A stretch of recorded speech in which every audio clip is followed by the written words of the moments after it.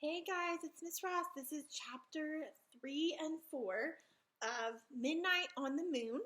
I'm so excited to read this with you. Make sure that you've listened to chapters 1 and 2 before you watch this video. All right, here we go. Chapter 3, Open Sesame. The fourth M thing must be here, said Annie. Beside the door was a button with the word open on it. Annie reached for the button. Wait! Jack grabbed her hand. There's no air on the moon, remember? Oh, right. But we have to go out to find the M thing. Let's see what the book says, said Jack. He pulled out the book out of his backpack. He flipped through it until he found a page that showed the surface of the moon. He read aloud. It takes 14 Earth days to equal 1 day on the moon.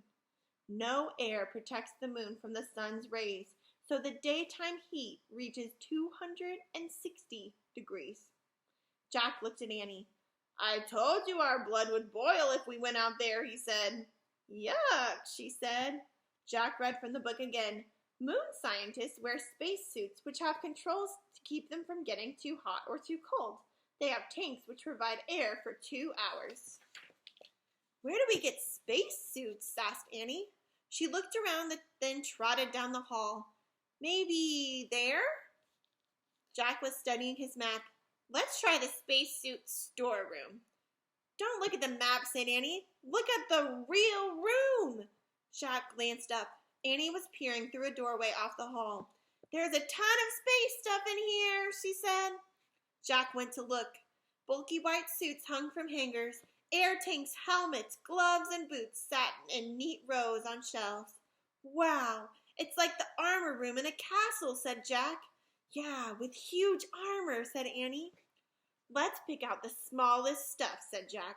The suits can go over our clothes. Annie found the smallest white suit, and Jack found the next smallest. They stepped into them. Then Annie locked Jack's air tank into place. Thanks, he said. And he did the same for her. Thanks, she said. Gloves, said Jack. He and Annie pulled on white gloves. Boots, said Annie. They both pulled a huge pair of white boots on. Helmets, said Jack. He reached for the helmet. Wow, they're pretty light, he said.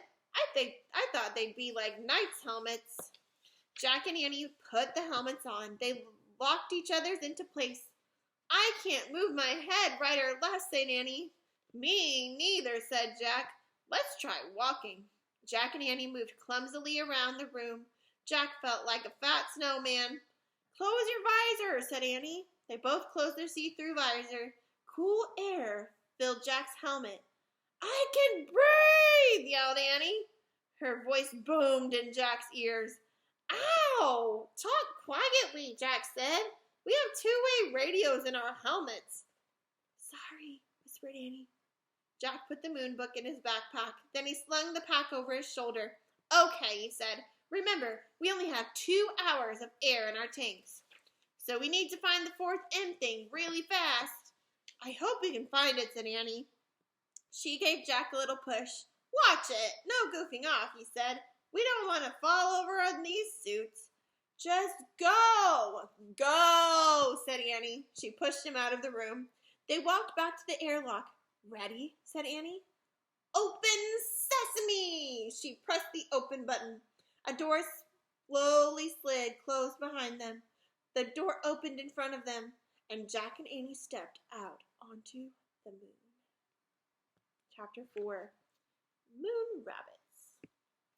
Oh, wow, said Annie. She took a step forward, but Jack stood frozen. He wanted to get a good look at everything first. He stared at the ground. He was standing in a layer of gray dust as fine as powder. Footprints were everywhere. Jack wondered who had made them. He reached into his pack for the moon book. To his surprise, it was as light as a feather.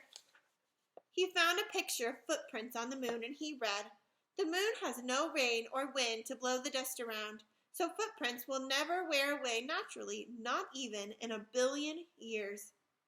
Oh, man, said Jack. The moon was the stillest place he had ever been. It was as still as a picture, and its stillness would never, ever end. Jack stared at the ink-black sky. A lovely blue and white ball glowed far away. Earth! For the first time, it really hit Jack. They were in outer space. Look! Annie cried, laughing. She bounded past Jack, almost flying through the air. She landed on her feet, then jumped again. I'm a moon rabbit, she called. Jack laughed. How does she do that? He wondered. He turned a page and read, a person weighs less on the moon because of the moon's low gravity and lack of air. If you weigh 60 pounds on Earth, you only weigh 10 pounds on the moon. Don't just stand there reading, said Annie. She grabbed the book from Jack's gloved hand and tossed it into space. It flew far away. Jack started after it. He bounded up and down. Boing, boing, boing. Now he felt as light as a feather. Look, he called to Annie. I'm a moon rabbit too. Where Jack's boots hit the ground, moon dust gracefully sprayed into space. The book had landed at the edge of a shallow crater. When Jack reached it, he tried to stop, but his feet slipped. He fell right over and laid on his side. He tried to stand, but he was off balance. He tried again, but the dust was just too deep, and his spacesuit was too clumsy. You okay? Asked Annie. I can't get up, said Jack. You should have been goofing off, said Annie. You goofed off first, said Jack. Now help me up, please. Annie strided toward him. Don't fall too, Jack warned. I won't. Annie moved very slowly. She half floated, half walked. Give me your hand, she said. Annie grabbed Jack's hand. She pressed her boots against his and pulled him up. Thanks, he said. No problem, she said. It was easy. You were really light. Thank goodness, said Jack. It's impossible to get up alone. He picked up the moon book. It was covered with dust. He brushed it off. Oh, wow, look, said Annie. She stood at the edge of the crater. What is it? Said Jack. A moon buggy, said Annie. The buggy was parked in the crater. It had 4 huge wheels. Let's go for a ride, said Annie. We can't, said Jack. We just have 2 hours of air in our tanks, remember? I bet we'll find the end thing faster if we take the moon buggy. Annie bounded off to the crater. But we can't drive, said Jack. I bet I can drive this, said Annie. It looks easy. Come on. She jumped into the driver's seat. But you don't have a license, said Jack. Who cares, said Annie. There aren't any roads on the moon or stoplights or policemen either. She was right, Jack thought. Well, go slow, he said, and he climbed in beside her. Annie pushed a button labeled on. The moon buggy lurched backward. Yikes, said Annie. Step on the brake, said Jack. Annie pressed the pedal on the floor. The buggy stopped with a jerk. Whew, she said. It must be in reverse, said Jack. Let me study this. But before he could study anything, Annie pushed another button. The buggy tilted back. Its front wheels started to rise into the air. Let me out of here, said Jack.